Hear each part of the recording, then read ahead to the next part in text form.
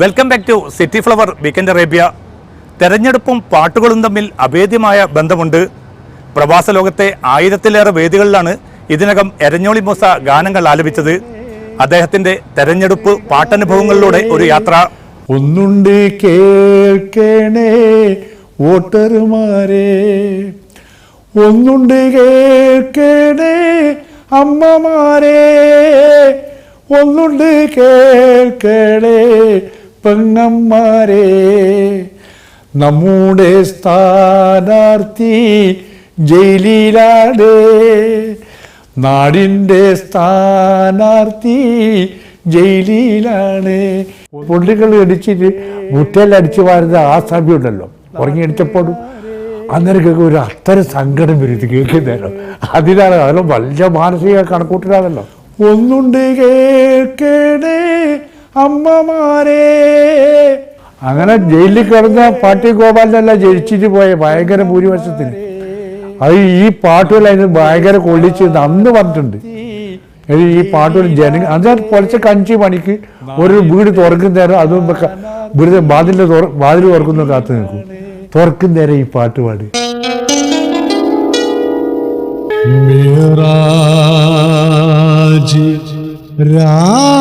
രാവിലെ കാറ്റേ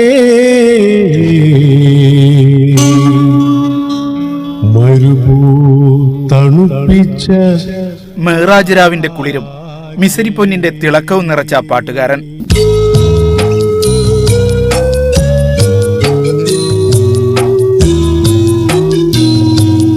എരഞ്ഞോളി മൂസക്കാക്ക് തെരഞ്ഞെടുപ്പ് കാലവും പാട്ടിന്റെ ഓർമ്മകളാണ്.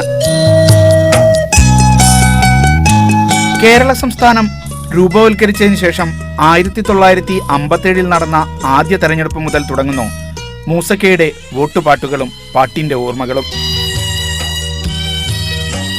1957 ആദ്യത്തെ ഇലക്ഷൻ നാട്ടിലുണ്ടായത്. അപ്പോൾ എൻ്റെ ഒരു നല്ലൊരു ഓർമ്മയുള്ളൊരു പ്രായമാണത്. എനിക്ക് അത് ഓർത്തെടുക്കാൻ പറ്റുന്ന ഒരു പ്രായത്തിലുള്ള ഒരു കുട്ടിയാണ്. അപ്പോൾ അന്ന് ഒരു വളരെ മാന്യമായിട്ടുള്ള ഇലക്ഷൻ പ്രചാരണവും വീട് കയറിയിട്ടുള്ള ആ വോട്ട് അഭ്യർത്ഥനയും, സൈക്കിളിൻ്റെ മുകളിൽ ഈ ബാറ്ററിയെല്ലാം വെച്ച് ഒരു ആംപ്ലിഫയർ 45 വാട്സിൻ്റെ ഒരു ആംപ്ലിഫയറും വെച്ച് 2 ഓണ് 2 ആൾ ബാക്കിലും മുന്നിലും പിടിച്ച് അങ്ങനെ ഒരു മുദ്രാവാക്യവും വിളിച്ച് സ്ഥാനാർത്ഥിയുടെ പേര് അതിലേ കൂടി ആ മൈക്കിലേ കൂടി അനൗൺസ് ചെയ്തിട്ട് ഇങ്ങനെ ഒരു നീണ്ട ഒരാൾക്ക് നടന്നു പോകാനുള്ളത്.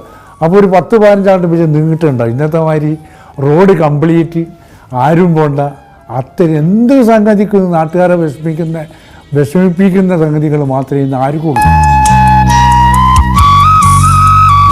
അപ്പോൾ ഒരു സമയം വരെ ഈ കോൺഗ്രസിൻ്റെ ജാതിയായിരിക്കും ഈ പ്രചരണ ജാഥ. അതിൻ്റെ ഒപ്പം നമ്മൾ കുട്ടികൾ സിന്ദാബാദിനെ വിളിച്ച് സ്ഥാനാർത്ഥിയുടെ പേരും പറ്റി ഇങ്ങനെ പോകും. അവിടുന്ന് തിരിച്ചങ്ങോട്ട് എത്തുമ്പോൾ കമ്മ്യൂണിസ്റ്റ് പാർട്ടിയുടെ പേരും പറ്റി ഒരു ജാഥ ഇപ്പുറത്തേക്ക് കൂടി ഭയപ്പെടുത്തി ഇങ്ങനെ പോകുന്നുണ്ടാവും. അപ്പോൾ അതിൽ കൂടും.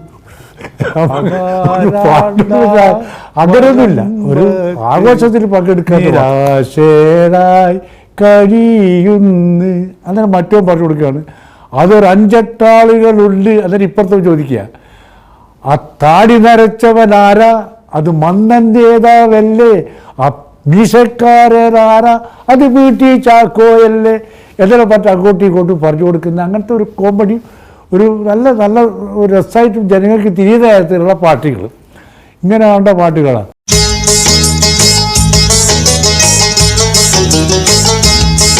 പിന്നീട് വന്ന ഓരോ തെരഞ്ഞെടുപ്പിലും പാട്ടുകൾ പലതു കെട്ടി പാടി മൂസക്ക. ബംചിക്ക് ബംചിക്ക് കോൺഗ്രസ്, ബം ബം ബംചിക്ക് PSP, രണ്ടും വോട്ടിന് വന്നാൽ വോട്ട് തരില്ല, ഗുഡ് ബൈ എന്നെല്ലാം പറഞ്ഞുള്ള പാട്ടുകൾ ഇത് പാടിയിട്ട് നമ്മൾ കോറസ് എല്ലാം പാടി കൈമുട്ടി ഇങ്ങനെ പോകും. ഭരണപക്ഷത്ത് മന്ത്രിസഭ ഉണ്ടാക്കിയത് ഞങ്ങളാണ് എന്ന് നമുക്ക് പറഞ്ഞാൽ അന്തസ്സായിട്ട് പറയാമല്ലോ. ഞങ്ങളെ പാട്ട് കേട്ടിട്ടാണ് അവർ വോട്ട് ചെയ്ത്, നിങ്ങളെ പ്രസംഗം കേട്ടിട്ടല്ല എന്ന് നമുക്ക് പറയാൻ പറ്റിയൊരു ഫീലുള്ള ഇത്. ആ മാപ്പിളപ്പാട്ടുകാരൻ തന്നെയാണ് പറയുന്നത്. ഒരു കുഞ്ഞാലിക്കുട്ടി ചോദിച്ചത് ഞാൻ പാടിയിട്ടാ എന്നെനിക്ക് പറഞ്ഞൂടെ. പാർട്ടി ഭേദമന്യേ ആർക്കു വേണ്ടിയും പാട്ടുപാടുന്ന മൂസയ്ക്കാക്ക് ചില രാഷ്ട്രീയ നിലപാടുകളൊക്കെയുണ്ട്. അങ്ങനെയാണ് 2010 പഞ്ചായത്ത് തെരഞ്ഞെടുപ്പിൽ എരഞ്ഞോളി മൂസ സ്വന്തം നാട്ടിൽ സ്വതന്ത്ര സ്ഥാനാർത്ഥിയായത്. പാവം പാട്ടുകാരൻ മോട് വോട്ട് ചോദിക്കുന്നേ എന്താണ് മറ്റുള്ള വൈദ്യുതിയല്ല. ഒരു പ്രദേശത്ത് മാത്രം മട്ടാമ്പറ ആ വാർഡിലുള്ള അങ്ങനെ ഒരു പാട്ടുകൾ ഞാൻ പാടിയിട്ടുണ്ട് എനിക്ക് വേണ്ടിയിട്ട് തന്നെ. പാട്ട് വോട്ടിനോട് ചേരുമായിരിക്കും, പക്ഷേ വോട്ട് പാട്ടിനോട് ചേരില്ലെന്ന് തോന്നിയപ്പോൾ തൽക്കാലം സജീവ രാഷ്ട്രീയത്തോട് വിട ചൊല്ലി. മാപ്പിളപ്പാട്ട് എന്തിനാ ഉപയോഗിക്കുക അന്നത്തെ കാലത്ത് എല്ലാത്തിനും മാപ്പിളപ്പാട്ട് ഉപയോഗിക്കുന്നുണ്ട്. അങ്ങോട്ടും ഇങ്ങോട്ടും ഒരു സമരം നയിക്കാൻ പോലും മാപ്പിളപ്പാട്ടും അങ്ങനെയാണ്. വിപ്ലവവും പോരാട്ടവും മാപ്പിളപ്പാട്ടിനോളം ചേർന്ന് നിൽക്കുന്ന മറ്റ് ഗാനശാഖകൾ ഉണ്ടാവണമെന്നില്ല. എതിർക്കേണ്ട ഹലാക്കുകൾ വരുത്തേണ്ട. ഈ തെരഞ്ഞെടുപ്പ് കാലത്തും മൂസക്ക തിരക്കിലാണ്. പാട്ടുകൾ വേണമെന്ന് ആവശ്യപ്പെട്ട് നിരവധി സ്ഥാനാർത്ഥികളുണ്ട്. 16-ന് തെരഞ്ഞെടുപ്പ് കഴിയും. 19-ന് ആരൊക്കെ ജയിച്ചു എന്നും അറിയാം. ആരൊക്കെ ജയിച്ചാലും പരാജയപ്പെട്ടാലും പാടിവെച്ച വോട്ടുപാട്ടുകൾ പലരും ഇനിയും മൂളി നടക്കും. വല്ലാതെ കുടുങ്ങിപ്പോയി അമിറമില്ലത്തെ തല്ലിക്കൊള്ളാതെ തെറ്റിക്കോ മാറിക്കോ താകൃതമില്ലത്തെ. പ്രവാസ ലോകം പ്രതീക്ഷയോടെ കാത്തിരിക്കുകയാണ്. തങ്ങളെ തിരിച്ചറിയുന്ന ഒരു രാഷ്ട്രീയ ഭരണ നേതൃത്വം ഉണ്ടായിത്തീരുമെന്ന്. സിറ്റി ഫ്ലവർ വീക്കെൻഡ് അറേബ്യ അവസാനിക്കുന്നില്ല. ഈ എപ്പിസോഡിനെ കുറിച്ച് നിങ്ങളുടെ അഭിപ്രായങ്ങൾ, വിലയിരുത്തൽ, വിമർശനങ്ങൾ ഞങ്ങൾക്ക് പ്രധാനമാണ്.